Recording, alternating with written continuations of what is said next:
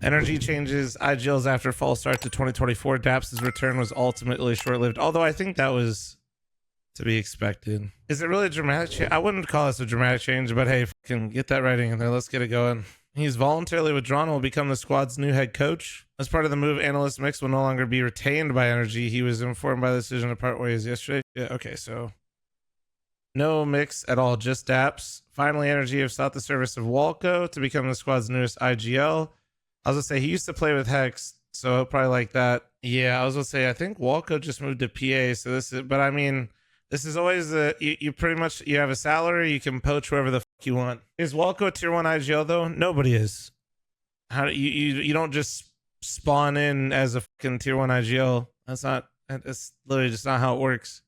So no, nobody on this team is a tier 1 anything internationally right now, right? Like that's how it works though. Like you have to build yourself back up again. Overall, I think this is, I don't really see it like as a huge upgrade in terms of like a statistical standpoint. It could be a nice little breath of fresh air to maybe kind of reinvigorate the project and maybe see if it opens up some of the players with Walco. I think Walco is a good IGL. I never really felt like Daps was actually any sort of real issue for NRG. I always felt like each individual piece going down the line would just take breaks. One player plays well, 4 players play bad. I don't think this really inherently upgrades NRG significantly, but it might be a good enough change. And Walco's good, so like this might, like I said, kind of maybe hit the reset button on the team a little bit. As dumb as it sounds, sometimes that's just like what you have to do. Is a player changes, kind of reinvigorates the squad, gets people excited about the project again, because it's just that mental side of it. And Daps being a coach, I think, is ideally where he wants to be and is good. Yeah, I think this will be an improvement, but how much of an improvement, I really don't know. The bigger problems to me was the individual level of the players. Maybe Daps coaching and Walco's calling helps that, but I think the bigger thing is just having a change in the team will maybe reinvigorate everybody. I'm glad they did something though. Like, I mean, I feel like they had to. The problem with replacing any one of these players is there's really no clear upgrade anywhere in the scene right now where you're just like, yep, that guy is so much better. That guy deserves the shot over this guy.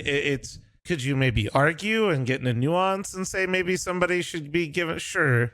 But like, there's not like somebody that's just sitting there, not salaried on a team that is just so much better than one of these players that it's time to move on from them. So I think that's just the logic there. Somebody consider my man Automatic. I don't think Tim wants to IGL, and Tim wouldn't be a bad player to put in this roster, but I also don't. The roster collectively just feels so underwhelming at times that I just don't like. It's just so weird for like I can't tell you or even believe it myself if I'm like, if Tim goes in there for, let's just pick a, like if Tim's in there for Fang, this team is so much better. Like, I don't know, maybe. I don't truly believe that. Like, as good as Tim is, I don't.